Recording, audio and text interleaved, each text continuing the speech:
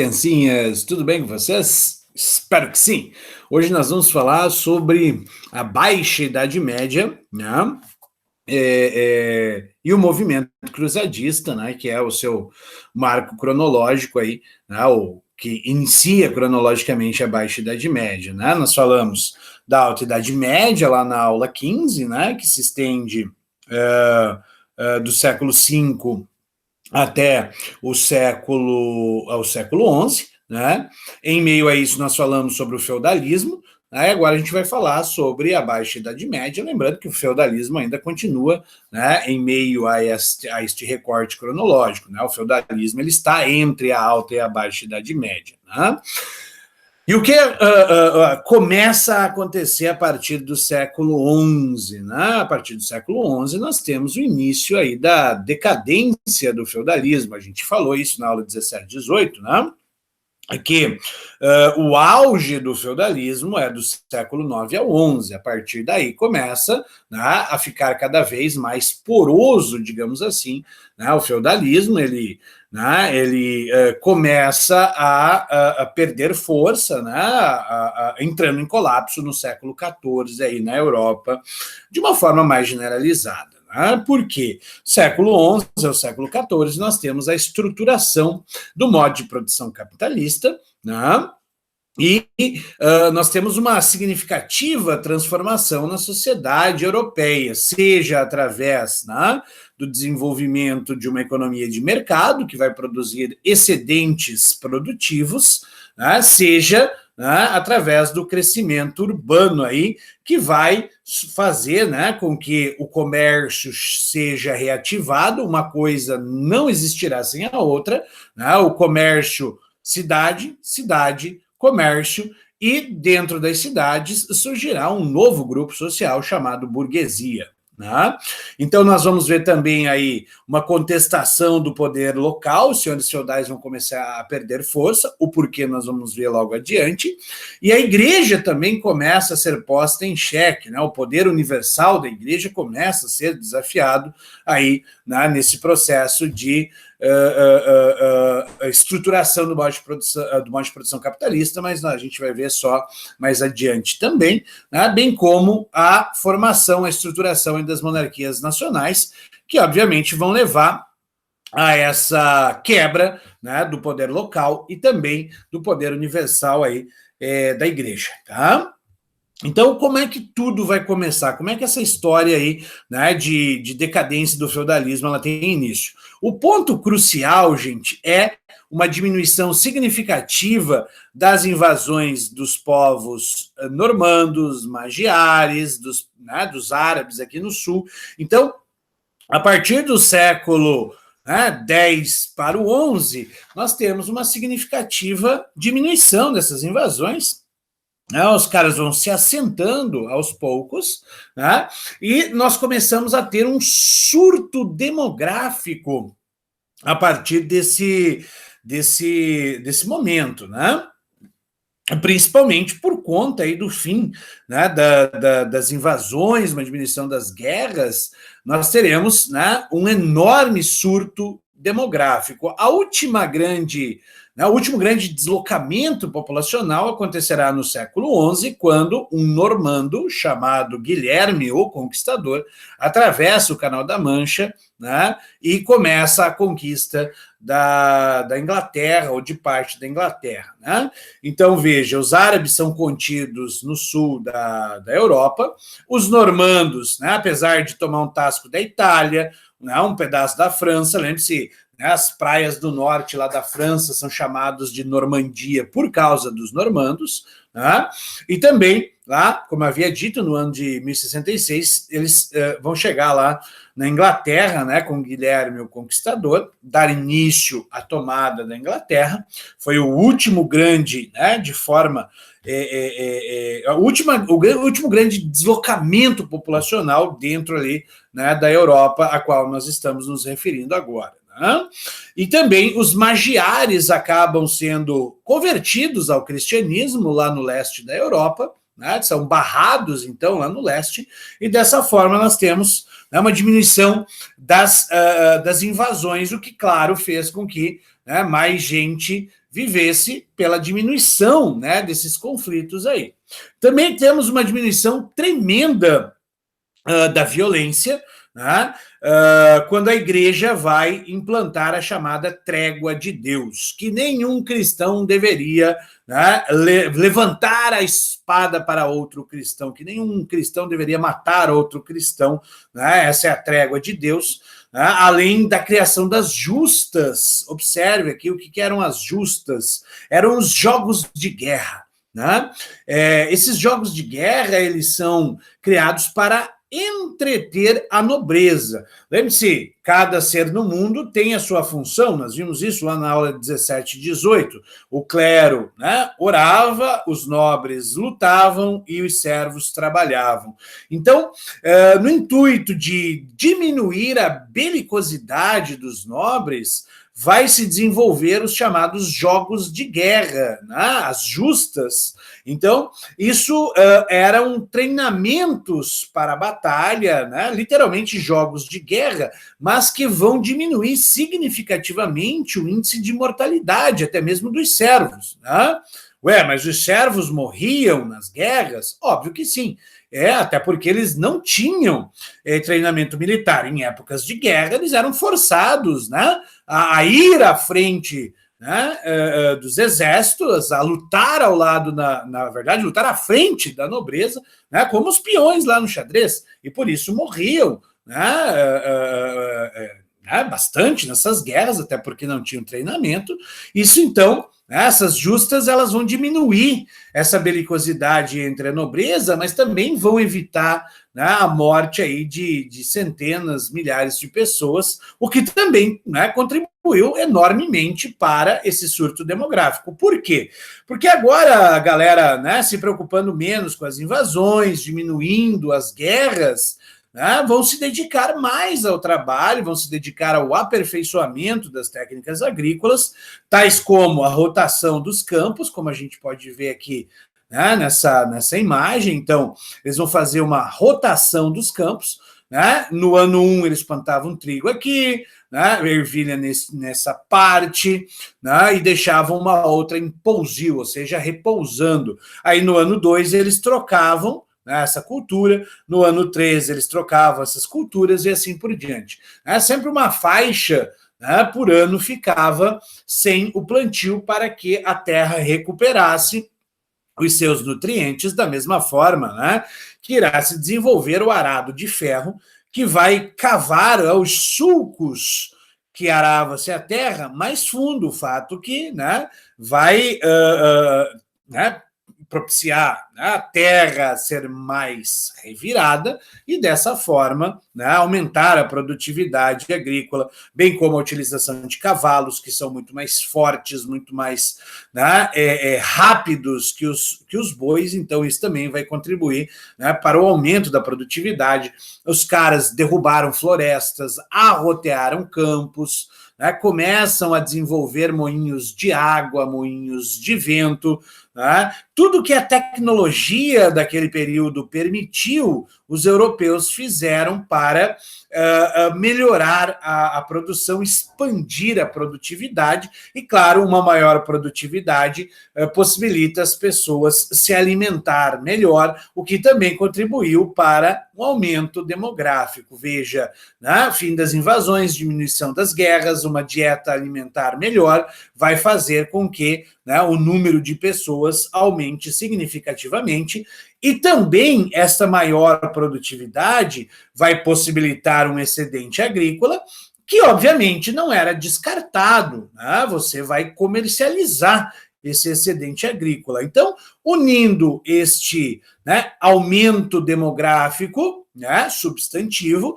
com o excedente agrícola, nós começamos a ter aí, né, uma nova realidade na Europa. Nós começamos aí a ter uma retomada, ainda que muito vagarosa, do comércio, né? Num primeiro momento, a partir do escambo, né?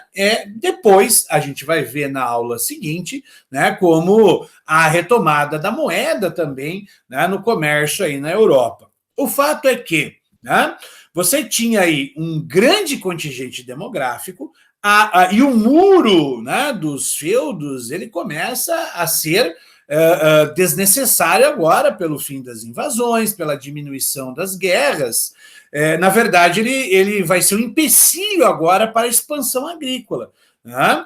Então você começa a ter dentro dos feudos aí um excedente populacional também. Né? Como cresce a demografia, teria que aumentar as glebas de terra, o que fica inviável, né, por conta do muro e tudo mais. Então, muitos servos, muitos vilões começam a ser expulsos dos feudos.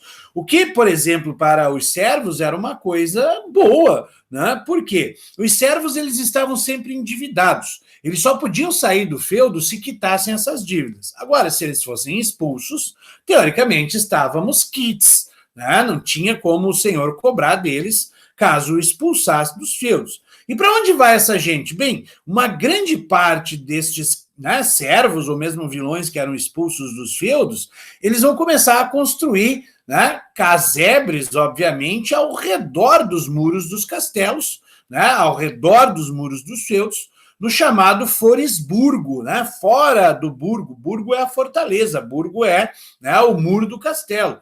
E com isso nós temos, né, a retomada das cidades barra comércio, ou o aumento do comércio e a retomada das cidades.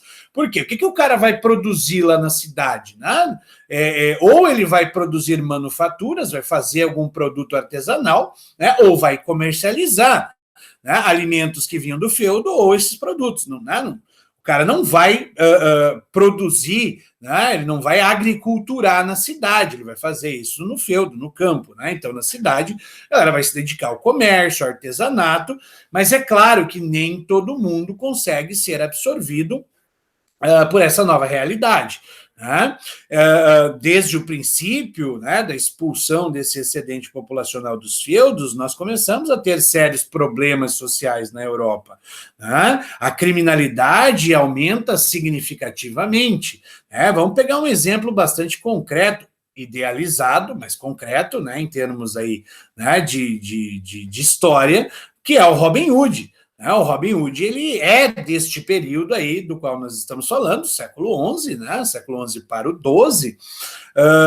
E lembre-se, o Robin Hood ele era um ladrão. Né? A ideia de roubar dos ricos para dar aos pobres, né? Mas roubava.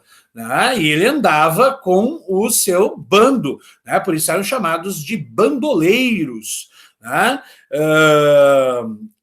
Claro, a origem da palavra bandoleiro vem de bando, que vai dar em bandido também. Então, isso é uma amostra dos problemas sociais que já aparecem no princípio, né, dessa retomada das cidades ou da desestruturação do sistema feudal. Né?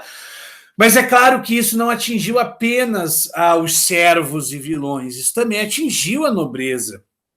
Por quê? Lembre-se, os europeus eles vão, né, expandir a sua produção, as suas terras até onde a tecnologia da época propiciou.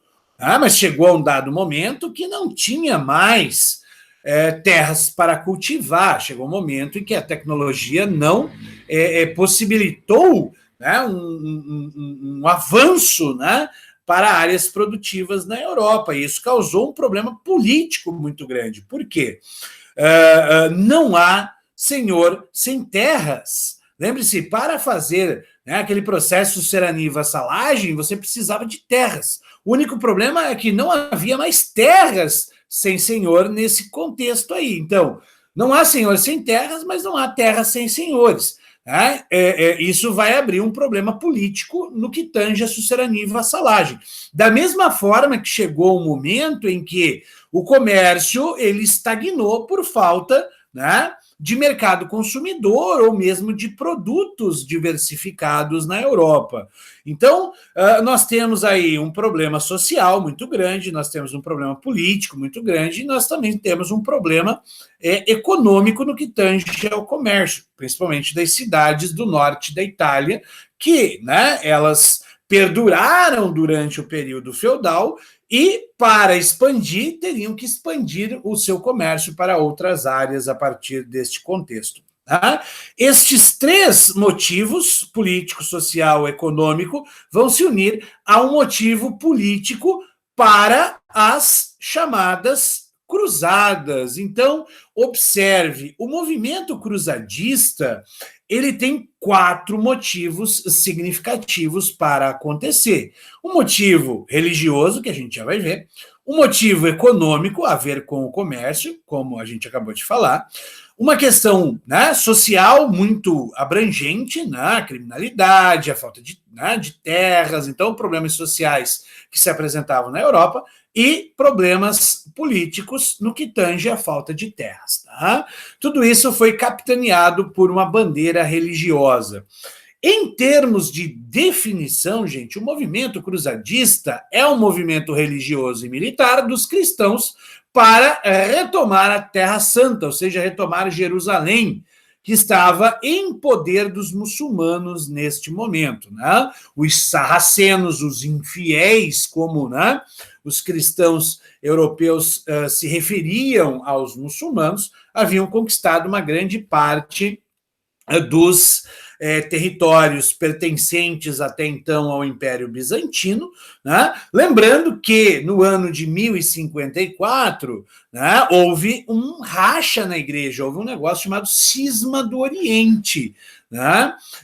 Então, estes 2 motivos, o avanço dos muçulmanos, né, para dentro dos domínios bizantinos, principalmente com a tomada de Jerusalém, que é a terra santa para os cristãos, como também para os judeus e para os muçulmanos. Né? Por que é santa para os cristãos? Porque lá, né, está o Santo Sepulcro, né, onde Cristo havia sido sepultado e ressuscitou. Né? Então, qual que é a ideia, né, religiosa das cruzadas? Qual é o motivo religioso das cruzadas? Primeiro, a ideia, né, do Papa Urbano II era auxiliar os bizantinos e, claro, barrar o avanço dos muçulmanos sobre, né, o território cristão. Né? Só que, claro, se o Papa ajudasse nisso e fosse bem sucedido, obviamente os cristãos ortodoxos, lembre o cisma da igreja, os cristãos ortodoxos acabariam, né, voltando ao domínio do Papa. Né? O grande objetivo aí de Urbano II, um deles, né, era de reunir a cristandade novamente sob seu domínio. Né? Por isso que, né, em 1095, lá em Clermont, na França, o Papa Urbano II irá conclamar as cruzadas, né, aos gritos de Deus vult, né, ou seja, Deus o quer. O Papa, né, disse, olha, todo cristão que for, né, combater os infiéis muçulmanos na Terra Santa, né, terá os seus pecados perdoados, né, as suas enfermidades curadas, tudo que pegar é seu. Notem, isso vai resolver 2 problemas significativos na Europa, além do religioso. Né? Vai levar muita gente para fora da Europa, né? Dando uma folga demográfica, né? Acomodando um excedente populacional em outra área fora da Europa, né? Aquisição de terras pela nobreza, né? Então o problema político de terras seria resolvido, já que eles tomariam aquela área, né? Além do que o Papa falou, olha, tudo que você pegar é seu, incluindo as terras, obviamente, né? E também a absolvição dos pecados e a cura das enfermidades. Tudo isso, gente, vai, né, na mentalidade dos cristãos europeus daquele momento ser extremamente benéfico. Tanto mais que o Papa nem bem terminou, né, de proferir esse discurso lá em Clermont, que um grupo de mendigos, a igreja não reconhece a Cruzada dos Mendigos, é uma das 2 cruzadas extraoficiais, um grupo de mendigos, gente, eles vão se reunir, né, sob a liderança de um rapaz chamado Pedro Sem Vintém, né, ou seja, Pedro sem dinheiro, dá para você ter uma noção, né, e os caras vão simplesmente resolver ir para Jerusalém a pé. Né, os caras saem ali do norte da parte central, perdão, né, da França e seguem para o leste a pé. Né? É óbvio que ninguém chega até Jerusalém, né, ou há relatos de que alguém chegue até Jerusalém, a igreja não irá reconhecer essa cruzada dos mendigos, mas a gente pode ver que havia uma pobreza muito grande, né, um excedente populacional muito grande, e o desejo de enriquecer a partir da pilhagem por parte desses caras. Da mesma forma que a igreja não reconhece a cruzada das crianças, ela também é uma cruzada extraoficial. Os europeus já tinham tido 4 cruzadas oficiais lá e ninguém havia conseguido conquistar Jerusalém. Então alguém teve a brilhante ideia de dizer, olha, Jerusalém só será conquistada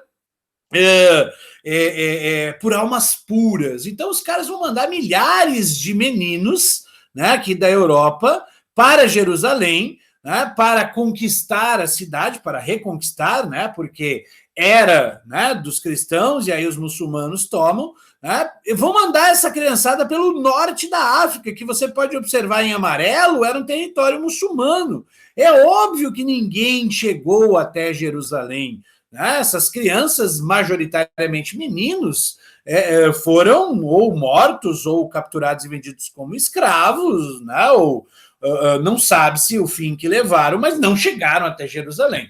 Tá? A igreja irá reconhecer 8 cruzadas, das quais nos interessam a primeira, a terceira e a quarta cruzada. Por quê? A primeira cruzada, gente, foi a única cruzada que cumpriu o objetivo. Qual era o objetivo? Retomar a Terra Santa, né? Retomar Jerusalém. Ela é liderada por nobres europeus, né?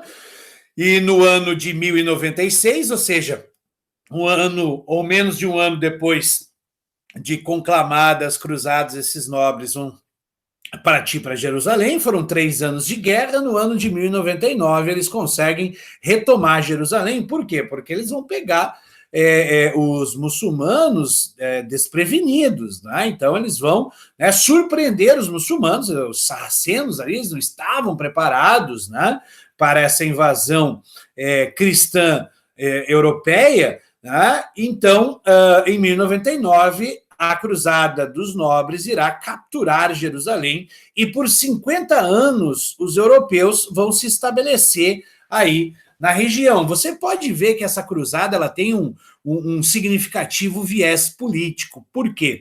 A primeira coisa que os caras fizeram ao se estabelecer aqui, ó, no norte às margens do Mediterrâneo Oriental, na região aí dominada até então pelos muçulmanos, né, foi distribuir aquela área em feudos. A primeira coisa que os nobres europeus fazem é distribuir feudos na região conquistada. Só que aí, claro, os sarracenos eles vão se reerguer e eles começam a tentar reconquistar, né, a Jerusalém e região. Né? A gente vê aqui, ó, né, na legenda em rosinha as áreas que os cristãos vão conseguir dominar até o ano de 1099, né, ou melhor, até o ano de 1049, né, mas neste período ali, os muçulmanos começam a reconquistar essa parte aqui. Né, a segunda cruzada, né, que vai intencionar ajudar a primeira, ela não é importante para a gente, até porque ela não irá resolver muita coisa. Os muçulmanos vão retomar, né, toda essa região aqui, eles vão, né, aos poucos retomando toda essa região. A segunda cruzada ela não consegue cumprir o seu objetivo. Então vem a terceira cruzada lá no ano de 1189, quando o rei da Inglaterra, Ricardo Coração de Leão, o rei da França, Filipe Augusto, e o imperador do Sacro Império Romano Germânico, né, um camarada chamado Frederico Barbarossa, vão unir forças para né, a terceira cruzada. Né? Então ele sai aqui da Normandia, dá uma parada em Lisboa, depois aqui em Marseille, aonde o Filipe Augusto desiste, né, dessa cruzada. Ele vai, né, ficar na França, seguindo o Ricardo Coração de Leão da Inglaterra para a região, juntamente, né, com o Frederico Barbarossa, que teria morrido afogado nessa região aqui, não atingindo o objetivo que seria Jerusalém, né, cabendo a Ricardo Coração de Leão, o rei da Inglaterra, uma luta aí, né, sanguinária com os sarracenos, liderados pelo Saladino, né, que levou a apenas, né, um acordo, né? Dado a violência do processo aí, uma impossibilidade dos cristãos vencerem e mesmo dos muçulmanos conseguirem expulsá-los de lá, eles entram num acordo. Tá? Os cristãos poderiam visitar o Santo Sepulcro, poderiam peregrinar para Jerusalém sem serem importunados pelos muçulmanos. Os muçulmanos dariam a eles um salvo-conduto para visitar Jerusalém. Tá? Mas ela acaba, então, não cumprindo o papel original, que era retomar Jerusalém também. Mas a terceira cruzada ela é importante para a gente entender depois, lá na aula 24, né, a política interna da Inglaterra nesse contexto, tá? Que é o de formação da monarquia inglesa. Né? O Ricardo Coração de Leão ele era da dinastia Plantageneta, que governava a Inglaterra nesse contexto, tá? Mas a gente vai falar depois lá na aula 24. A quarta cruzada ela é chamada de cruzada comercial. Então, veja, nós já vimos as cruzadas aí, né, né, que tem um viés social muito forte, que foi a dos mendigos e a das crianças, né, uma cruzada aí com um viés político, né, que foi a primeira cruzada dos nobres e a própria terceira cruzada dos reis, e agora a quarta cruzada, a cruzada comercial, que tem um interesse econômico muito grande, e até por isso ela é patrocinada pelo Doge Dandalo, né, que era o chefe político de Veneza, aqui, ó, Veneza, no norte da Itália, né, vai patrocinar a Quarta Cruzada, que ao invés de ir para Jerusalém, acaba invadindo Constantinopla, como você pode ver aqui, né, nessa seta que vai mostrar o caminho em que segue a Quarta Cruzada, né, os venezianos vão acabar, né, capturando a cidade de Constantinopla, lá no iniciozinho do século XIII, né, 1202 a 4, e eles estabeleceram um reino latino, né, aí em Constantinopla, né, vão fazer um entreposto comercial na cidade, né, vão saquear muitos tesouros da cidade, levando, né, para Veneza, né, e o que vai, né, contribuir também bastante para o enfraquecimento do Império Bizantino neste contexto aí. Tá? Claro, eles surpreendem os bizantinos, né? Surpreendem Constantinopla, porque teoricamente eles deveriam, né, ser aliados, né, e não tentar conquistar a cidade. O fato é que, final das contas, as cruzadas foram um verdadeiro fracasso militar. De forma ampla, elas não cumpriram o objetivo que era o de recuperar Jerusalém. Tá?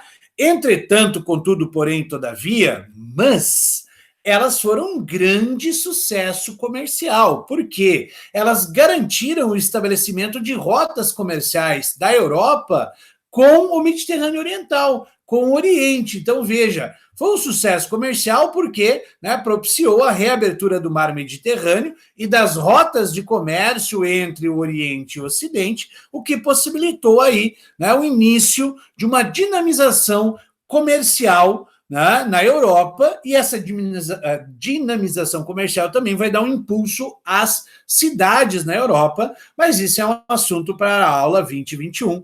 Por hoje, seria isso, crianças. Nos vemos por aqui. Beijos, se cuidem.